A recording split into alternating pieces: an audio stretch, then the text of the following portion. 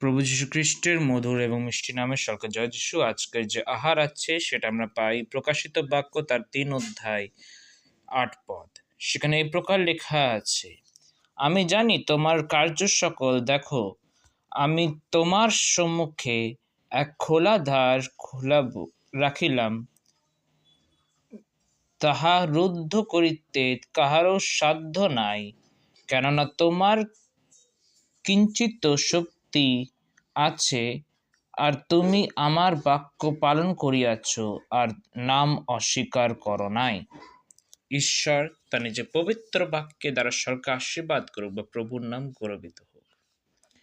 প্রিয় বন্ধুরা, আজকের যে বাক্য আছে সেটা আমরা পাই প্রকাশিত বাক্য তার 3 অধ্যায় 7 থেকে 13 পদ, যেখানে আমরা ফিলাদেলফিয়ার মণ্ডলীর বিষয়ে আমরা দেখতে পাই।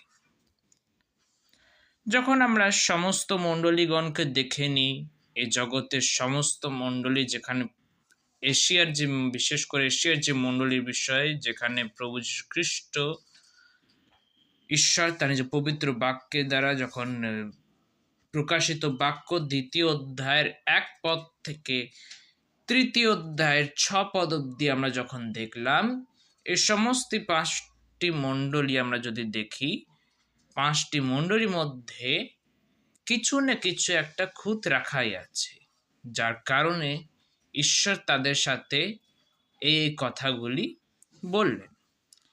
কিন্তু ফিলাদেলফিয়ার যে মণ্ডলী আছে, যখন আমরা সেই মণ্ডলীকে দেখি, সেই মণ্ডলীতে এমন কিছু আছে, তাদের মধ্যে বেশিরভাগ ভালো গুণ আছে, যেটা আমরা এই বাইবেলে দেখতে পাই।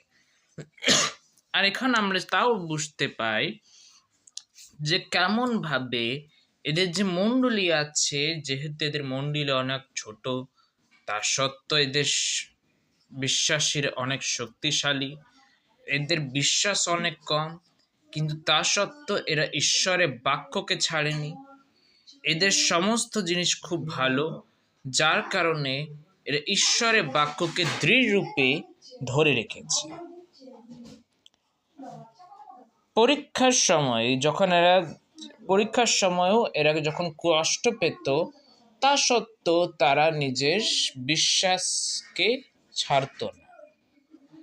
আজকের সময় যদি দেখা যায়, যখন আমরা বিশ্বাসের দ্বারা যখন আমাদের যে পরীক্ষা হয়, আর পরীক্ষার সময় যখন আমরা কষ্ট দুঃখ পাই, যখন রোগ হলো, আর্থিক সমস্যা হলো, বা অন্যান্য সমস্যা যেগুলো হয়, যেটা দ্বারা আমরা কষ্ট পাই, তখন আমরা ঈশ্বরকে অনেকে আমরা ভুলে যাই। কিন্তু একটা বাক্য ঈশ্বর আমাদের সামনে প্রস্তুত করতে চান, যেটা আমরা যদি দেখি 2 কোরিন্থীয় তার 4 অধ্যায় আর 14 থেকে 18 পদ যদি আমরা ধ্যান করে পড়ি, সেখানে আমরা একটা জিনিস দেখতে পাই, বিশেষ করে 14 এবং 15 পদে। সেখানে এই প্রকার লেখা আছে, কেননা আমরা জানি যিনি প্রভু যীশুকে উঠাইয়াছেন, তিনি যীশুর সহিত আমাদিগকে কেউ উঠাইবেন এবং তোমাদের সহিত উপস্থিত করিবেন। কারণ সকলই তোমাদের নিমিত্ত যেন ঈশ্বরের অনুগ্রহ অধিক লোকের দ্বারা বহুলীকৃত হইয়া ঈশ্বরের গৌরবার্থে প্রচুর ধন্যবাদের কারণ হইয়া ওঠে। এই জন্য আমরা নিরুৎসাহ হই না, কিন্তু আমাদের বাহু মনুষ্য যদ্যপি ক্ষীণ হইতেছে, তথাপি আন্তরিক মনুষ্য দিন দিন নূতনীকৃত হইতেছে। ঈশ্বর যে বাক্য আমাদের সামনে কথা বলতে চায়, যাতে আমরা কষ্টতেও আমরা যাতে বিশ্বাসকে না ভাঙি, আমরা সে ভরসাকে ঈশ্বরের প্রতি রাখি আর আগে বেরিয়ে যাই, তাহলে আমরা বিশ্বাসে উন্নতি পাব। প্রিয় বন্ধুরা, আজকের যে বাক্য আমাদের সম্মুখে এসছে, এটা আমাদেরকে বলতে চাই যে আমাদের যে মণ্ডলী বিশ্বাসী ভাই বোনেরা আছে, আমাদেরকে ফিলাদেলফিয়ার যে মণ্ডলী আছে তার মতো হতে হবে, তাহলেই আমরা কিছু করতে পারব।